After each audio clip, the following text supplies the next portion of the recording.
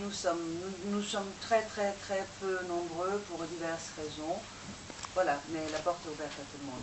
Maintenant, Hassan, d'abord, merci, shukran kthir, parce que Hassan quitte très probablement la France le 22 décembre, d'où la précipitation. Soit nous sommes le nombre que nous sommes, soit il part sans avoir vu Annecy. Et surtout sans nous avoir donné l'occasion de l'entendre parler de ce que Roland a déjà dit. Donc, dire un tout petit peu son parcours, bien sûr, mais qui est un parcours du Palestinien engagé, parce que c'est à peu près le cas de tous les Palestiniens.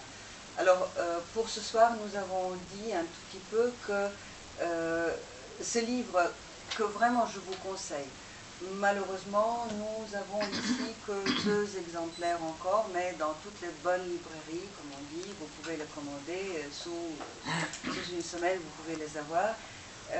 C'est une bonne analyse de ce qu'il a vécu, lui, par sa connaissance, et de la situation, évidemment, aussi.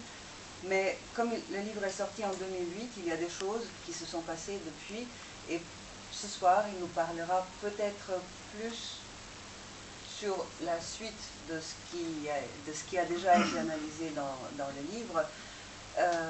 Très brièvement, Hassan est né à Naplouse. Je dirais peut-être dans le désordre, mais tu me corriges s'il te plaît, parce que le parcours est quand même très riche et très varié géographiquement et politiquement moins, mais géographiquement surtout. Naplouse, Qatar, c'est ça. Ensuite, Ramallah, les études, c'est ça. Ensuite, j'ai fait mes études à Qatar, ensuite la France. Ensuite la France, voilà, parce que vous allez vous rendre compte qu'il est parfaitement francophone, puisqu'il a fait les études à Bordeaux et ensuite le perfectionnement à Besançon. Ensuite la Tunisie, c'est en Tunisie que tu étais interprète de Yasser Arafat, donc quand on est interprète, et je sais de quoi je parle, on est dans la chose, on n'a pas le droit de se fermer les oreilles. Et puis ensuite, Gaza, voilà, Gaza, 9 ans. 95. Depuis 1995 jusqu'à 2006, c'est pour ceux qui ont déjà entendu parler de Abouna Moussalam, Manuel Moussalam, il a fait, il y a 17 interviews avec lui, quelque chose comme ça. Abouna Moussalam, c'est un prêtre très engagé aussi pour la cause et qui, comme Hassan, à peu près n'a pas la langue dans sa poche. Et vraiment, les deux sont d'un grand courage. Et c'est vraiment des gens comme ça qu'il faut d'une part pour nous faire savoir, faire connaître la situation telle qu'elle est vraiment. Et il ne faut pas mettre des rideaux devant la réalité.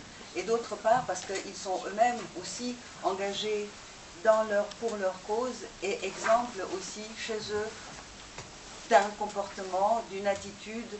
Et cette attitude-là, tu me corriges si ce n'est pas vrai, mais elle a vraiment besoin très souvent d'être soutenue, d'être renouvelée, parce que vivre dans les conditions dans lesquelles ils vivent est éprouvant.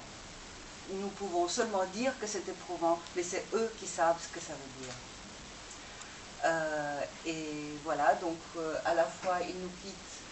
Moi personnellement, je suis à la fois attristée parce qu'il sera loin, mais d'autre part, je me réjouis aussi parce que je suis persuadée que c'est des gens comme Hassan qui sont nécessaires aussi chez eux, chez vous. Yalla.